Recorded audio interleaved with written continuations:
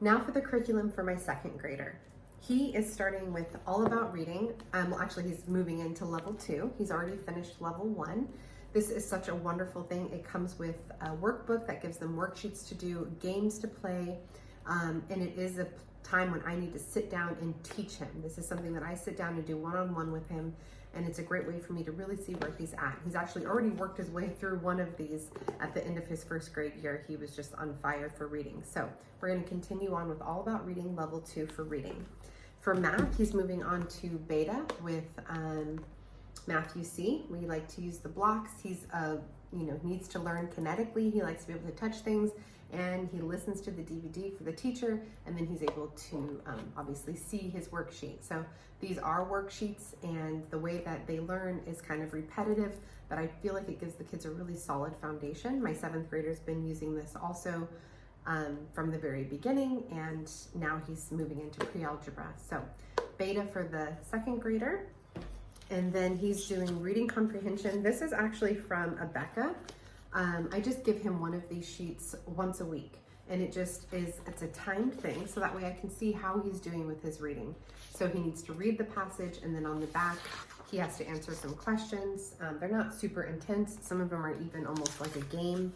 And it's just so that way he can get used to needing to be able to read something quickly and then answer the questions that go along with it, which is not along the lines of the Charlotte Mason method, but I do like to keep some conventional things, just in case. You never know. So that's not a bad thing. I think he does great. For his spelling, we do the spelling UC. He's finishing up. He's still on workbook C, part 2, so he's going to finish up this.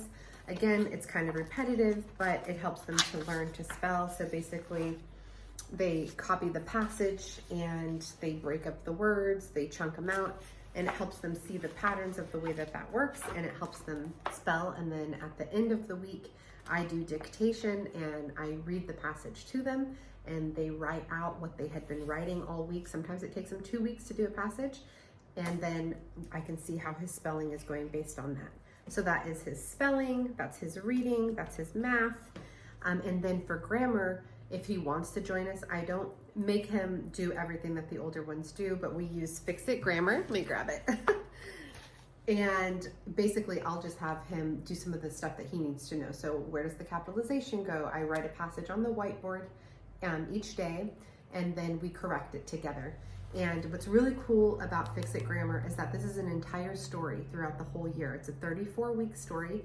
Each week is one sentence that you correct together. Some weeks have bigger sentences than others, but what's also great about this is it combines vocabulary. So you have a new vocabulary word every single day, and it's only 4 days a week. And so you get your vocabulary and you get your grammar in. So my 2nd grader will join us with the appropriate. So, finding nouns and verbs and capitalization and ending marks and that sort of thing.